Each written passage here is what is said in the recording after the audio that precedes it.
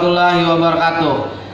Saya hormati dosen penguji dan guru pamong. Saya mahasiswa PPG UN Antasari angkatan 2023 dengan nomor 6371 5709 0929 atas nama Abdul Aziz Muslim, SMP 15 Banjarmasin.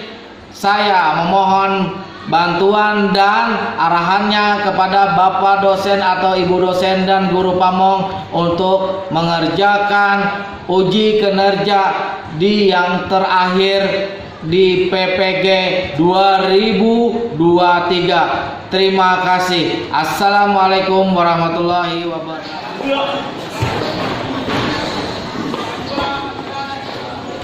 Assalamualaikum. Waalaikumsalam warahmatullahi wabarakatuh. Oke, apa kabarnya sebentar? Sehat saja kan? Sebelum kita mulai pelajaran, mari kita berdoa dengan keyakinan masing-masing. Bagi yang beragama Islam mengangkat kedua belah tangan. Bagi yang agama Nasrani berdoa dengan kepercayaan masing-masing. Untuk itu memimpin doa, Bapak-bapak persilahkan, Bapak tunjuk kepada Abdul Aziz, silahkan membaca doa. Sebelum belajar, marilah kita berdoa menurut agama yang percaya masing-masing. Berdoa mulai.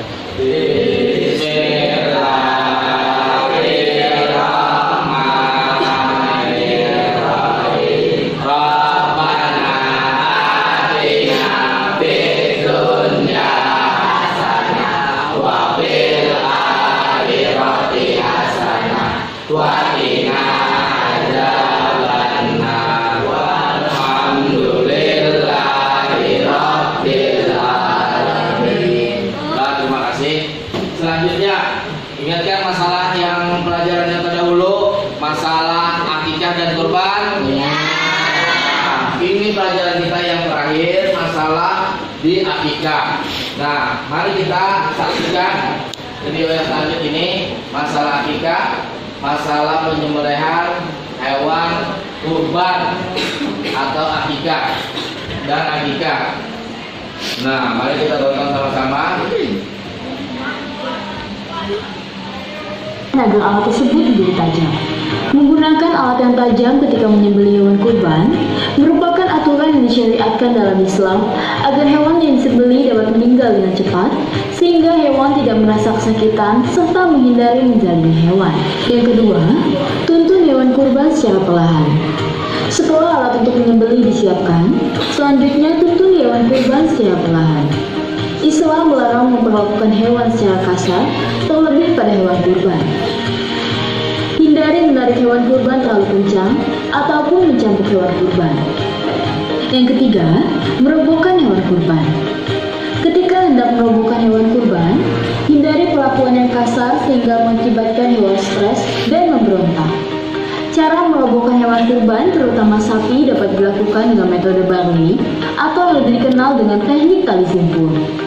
Teknik ini sangat efektif untuk merobohkan sapi dengan mudah dan tidak membutuhkan banyak tenaga sekalipun sapi memiliki ukuran yang besar. Berikut cara merobohkan sapi menggunakan teknik tali simpul. Siapkan tali tambal dengan panjang yang telah disesuaikan dengan ukuran tubuh sapi. Umumnya tali tambal yang digunakan berukuran 15 meter.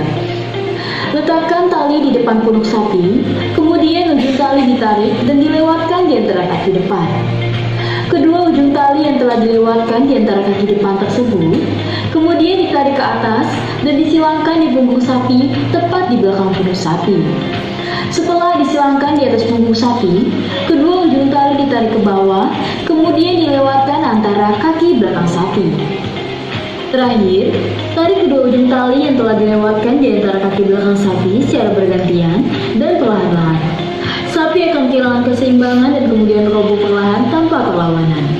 Yang keempat, membaca basmalah. Membaca basmalah ketika menyembelih hewan kurban sangatlah dianjurkan dalam Islam. Bahkan beberapa ulama berpendapat bahwa membaca basmalah sebelum menyembelih hewan kurban adalah wajib. Namun beberapa ulama lainnya berpendapat, menyembelih hewan kurban dengan hanya menyebut nama Allah pun sudah dikatakan sah. Hal tersebut berdasarkan firman Allah Subhanahu wa taala dalam surat Al-An'am ayat 121 yang berbunyi, "Dan janganlah kamu memakan binatang-binatang yang tidak disebutkan nama Allah ketika menyembelihnya." Udah. Mari sebelum ini Bapak absen dulu nama-namanya. Bapak absen dulu. Ahmad Junaidi ada? Hadir. Aisyah ada? Hadir. Ahmad Taufal ada? Hadir. Oke. Terusnya Maimunah mana? Hadir. Oke. Abu Bakar mana? Abu Bakar? Hadir. Oke, terima kasih sudah di absen. Mari kita lanjutkan pelajaran kita. Selanjutnya ini Bapak menjelaskan bahwasanya kita Bapak jelaskan dulu setelah kalian sudah menonton video bahwasanya penyembelihan kurban ataupun akikah itu tidak ada yang dinamakan, itu tidak boleh kita menyakiti binatang yang akan kita sembelih. Tidak boleh. Jadi kita tuh merobohkannya, memegangnya dengan secara lembut. Tidak ada di sana dengan kekerasan. Nah, habis itu tadi sudah dijelaskan di sana. Kalian mungkin nanti ada pertanyaan, mungkin kalian diskusi secara global aja. Nanti kalau ada yang bertanyakan ataupun yang perlu didiskusikan, yang utama bahwasanya kurban akikah itu adalah intinya yaitu adalah keikhlasan diri kita. Keikhlasan diri kita tidak boleh yang namanya kita ada ikhlas, namanya barang yang kita kasih, yang kita sedekahkan itu sudah ikhlaskan. Sama halnya kita barang yang punya barang kehilangan, kita punya kehilangan barang,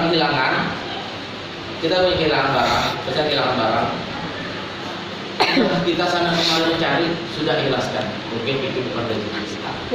Sama hanya dengan ibadah kurban dan akikah, kita ikhlaskan, kita kasih orang yang membutuhkan kita. Nah, hikmahnya banyak. Hikmahnya di kurban ini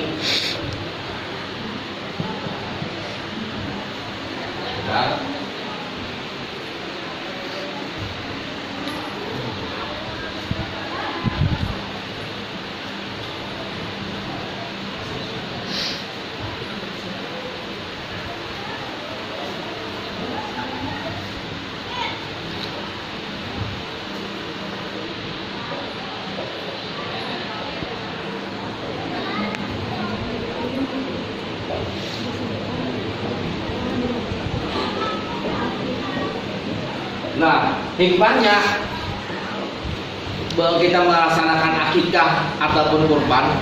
Kenapa ini? Karena ini terakhir penutup dari pembelajaran kita.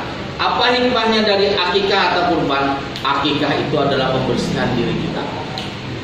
Akikah kalau laki-laki 2 ekor kambing atau domba.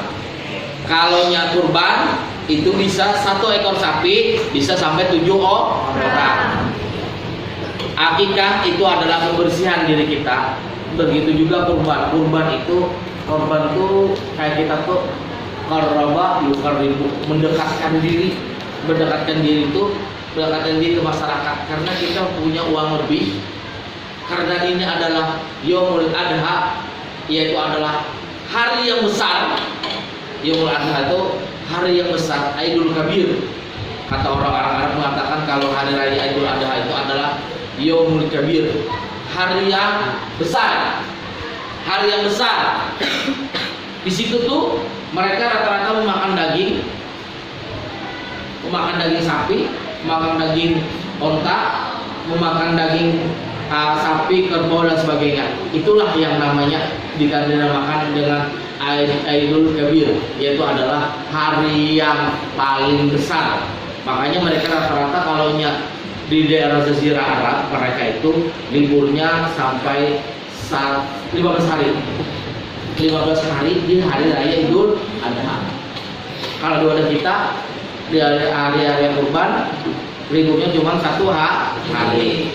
Kalau di sana emang hari-hari itu emang hari Idul hari raya haji itu emang harinya emang dihormati banget karena di situ tuh di sana adalah biwazzaul lahma, orang membagikan daging ke fakir-fakir miskin, mau daging kurban ataupun daging kurban atau daging akikah. Di wadah kita rata-rata orang menyembelih sapi atau kambing untuk hari raya Idul Adha itu, yaitu setelah sholat Id langsung. Kalau di sana sama, dipotong juga, cuman mereka sangat bertahapnya itu sampai 3 hari. Jadi mereka membagikan daging. Jadi hari ini dapat daging ini, hari ini dapat ini. Kalau mereka di sana akikah itu rata-rata mereka di sana memakai sapi. Jadi mereka akikah itu tidak terbatas waktunya. Mereka sebelum hari raya haji, besok kan hari raya haji nih, mereka sudah membagikan dagingnya. Karena di hari raya Idul Adha itu bagi orang-orang yang tidak mampu membeli daging, mereka merasakan memakan daging setelah sholat Idul Adha. Nah, itulah pentingnya. Sama halnya orang berfitrah, zakat fitrah. Mohon maaf kalau melenceng. Kalau zakat fitrah itu dibagikannya pasti anak hari raya. Besok hari raya hari ini bagi. Semestinya zakat fitrah itu kalau bisa dibaginya itu sebelum pertengahan bulan puasa. Makanya batasan al-hudud fi zakat fitrah ini batasannya kapan? Awal bulan puasa, hari besar puasa, boleh mengelola zakat fitrah, boleh. Kasihan kalau ada orang yang kada mampu, makanya ada dikasih minyak, ada dikasih gula, ada dikasih teh. Itulah yang namanya fungsi buat orang yang melaksanakan ibadah puasa. Jadi mereka tenang. Ada yang mengasih daging, ada yang mengasih ayam buat bekal mereka untuk menjalankan ibadah puasa. Begitu juga mereka orang-orang Arab berpikir bahwasanya di hari raya Idul Adha sebaiknya mereka membagikan daging sebelum hari H-nya. Sebelum hari H-nya itu sebelum hari raya Idul Adha dimulai. Jadi bagikan. Selanjutnya hikmahnya tadi membersihkan, kalau akhirnya membersihkan diri. Kalau yang kurban tadi adalah mendekatkan diri, takarrub ilallah wa takarrub ilan nas. Kita takarrub mendekatkan diri kepada Tuhan, kita mendekatkan diri kepada manusia. Akikah, paling afdol akikah itu adalah dibagikan dagingnya sudah matang. Nah sebungkus, dibagikan. Jangan sampai daging kurban itu disimpan sampai 7 hari. Apalagi akikah itu, daging akikah atau daging kurban itu disimpan buat acara terguling. Ingat, daging kurban tidak boleh disimpan atau dijadikan untuk acara besar-besaran masa kawinan. Misalnya besok ada ya Idul Adha nih, saya beli sapi dikurbankan, habis itu dagingnya nih dimasak buat acara esok perkawinan, tidak boleh. Paham? Nah, yang tadi adalah keterangan video tadi, keterangan bahwasanya untuk kurban ladingnya gimana, cara menjinakkan binatangnya gimana, dan lain sebagainya kalian sudah melihat. Ada pertanyaan dari kalian, silahkan bertanya. Silakan. Kelompok sini bertanya. Kalau untuk lading silet itu apa boleh Pak? Kalau untuk lading silet itu kalau bisa itu namanya sikit juga lading. Tapi alangkah baiknya ladingnya lebih besar. Boleh. Kira-kira kalau memotong burung bisa, tapi kalau memotong sapi mungkin tidak bisa. Nah, contoh Ini kan contoh nih. Ini contoh. Ini anggaplah ini leher. Kira-kira kalau hanya pakai legging silet kan kita kan kawan nih. Tidak bisa. Cutter pun nggak bisa. Makanya diharuskan dengan lading yang besar, yang tajam, yang tidak terasa untuk kita sembelih. Ini contoh leher. Sebelah sini ada pertanyaan? Ada Pak, kenapa Pak kalau orang berakikah kenapa pada boleh memakan dagingnya?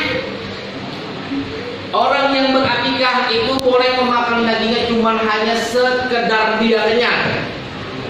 Sekedar dia kenyang. Tidak boleh dia menyimpan makanan daging sampai 2 kali. 1 kali makan, setelah itu silakan. Kenapa? Karena jangan sampai kita tuh memakan keringat kita. Karena yang namanya akikah itu adalah pembersihan diri. Bagikan daging, silakan kalian makan. Cuman 1 kali makan sudah cukup. Paham? Sebelah sini ada pertanyaan.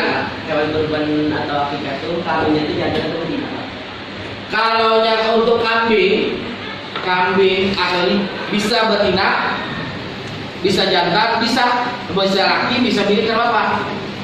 Tapi alangkah baiknya yang laki. Tapi rata-rata kalau yang betina, yang cewek, jarang orang mau jual. Biasanya yang laki, karena yang laki ini bisa aja kita mencari lagi. Masalahnya kalau yang betina ini, masalah sudah bisa melahirkan, ini menjadi bibit. Nah, menjadi bibit. Ada pertanyaan lagi? Nah, selanjutnya untuk akikah dan kurban ini banyak orang salah menggunakan dalam artian, oh ada apa juga akikah tuh lawan kambing gitu, lawan apa namanya nih, ayam gitu atau itik, boleh biaya itu macam apa pula nggak tahu Pak.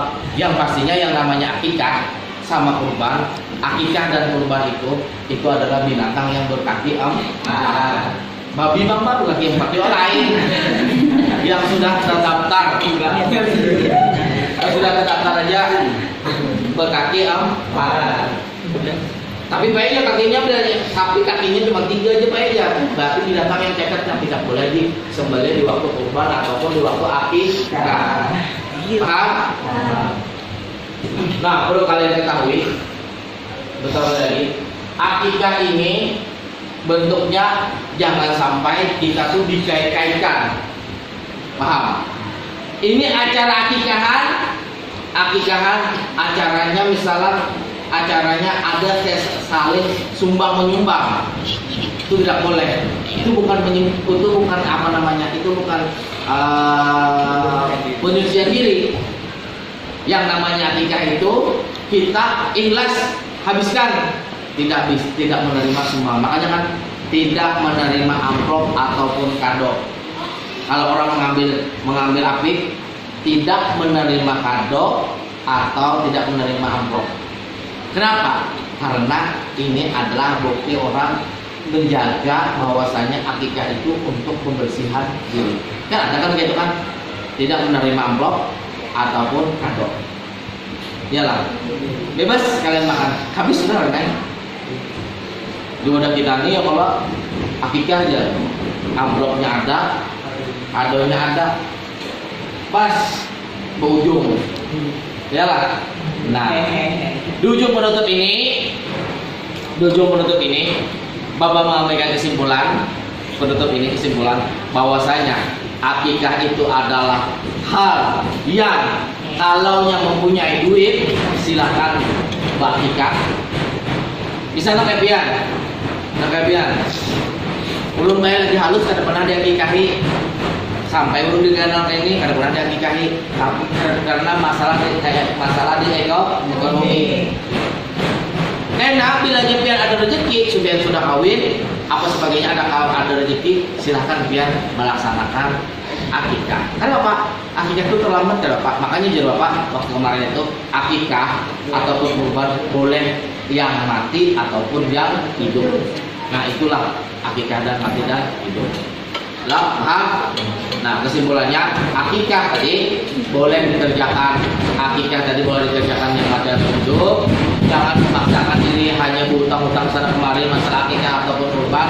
Yang pastinya Tuhan tidak menganjurkan, mewajibkan bagi orang yang tidak mampu untuk melaksanakan akikah ataupun kurban. La yukallifullahu nafsan illa wus'aha. Tidak memberatkan manusia. Agama Islam tidak ada memberatkan. Cuma tinggal kita aja mau adanya. Paham? Nah, sudah menutup. Mari kita sama-sama berdoa. Dengan ini kita tutup dengan alhamdulillahirabbil bagus sekali. Wabillahi taufiq wal hidayah. Assalamualaikum warahmatullahi wabarakatuh. Waalaikumsalam.